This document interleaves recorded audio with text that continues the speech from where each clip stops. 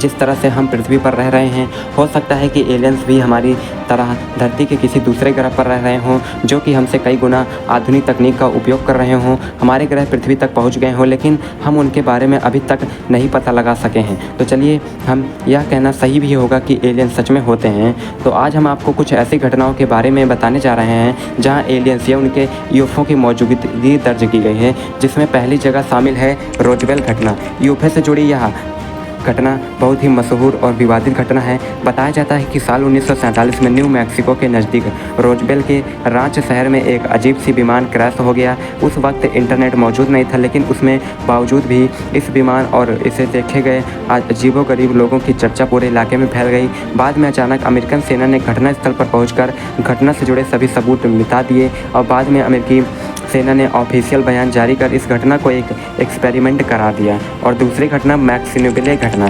Canada के रहने वाले एल्विन और पॉल ट्रेड ने सबसे पहले एवरी सिल्वर रेम की तस्तरी जैसे यान को आसमान में उड़ते हुए देखा। दोनों भाइयों ने इस कथित यूएफओ की तस्वीर खींच ली। इन तस्वीरों की जांच की गई, जिसमें ये फेंक नहीं पाई गई कि एल्विन और पॉल को झूठा बताते हुए, लेकिन मीडिया ने इनकी मजाक भी नहीं उड़ाया गया, क्योंकि ये दोनों मरते दम तक इसे दोहराते रहे कि उन्होंने सच में यूएफओ को देखा था। मानभूम बिहार। जी हाँ, यह हमारे भारत देश की ही कहानी है। ऐसा नहीं है कि एलियंस या यूएफओ से जुड़ी घटनाएं सिर्फ विदेशों में ही देखी गई हैं।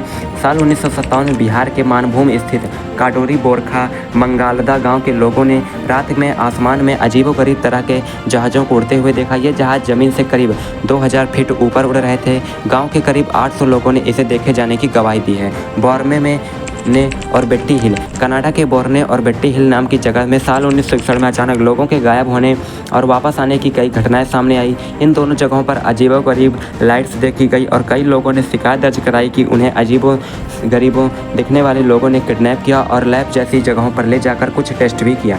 पाँचवीं घटना कैनरी आइसलैंड, स्पेन।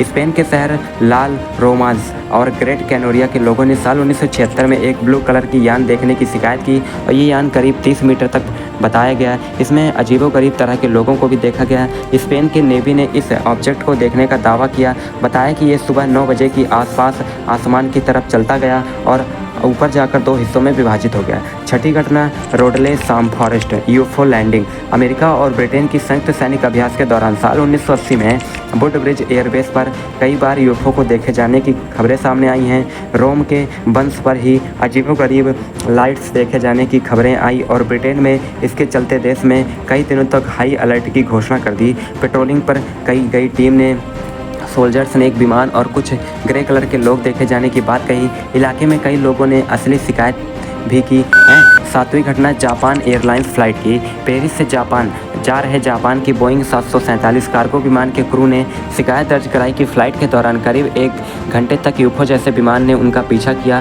क्रू के मुताबिक यह विमान ग्रेविटी की बाधाओं के बिना उड़ान भर रहा था। हालांकि ट्रैफिक कंट्रोलर ऐसा कोई विमान ढूंढने में नाकाम रहा। आठवीं घटना कोलकाता। यह भी हमारे भारत की ही घटना है।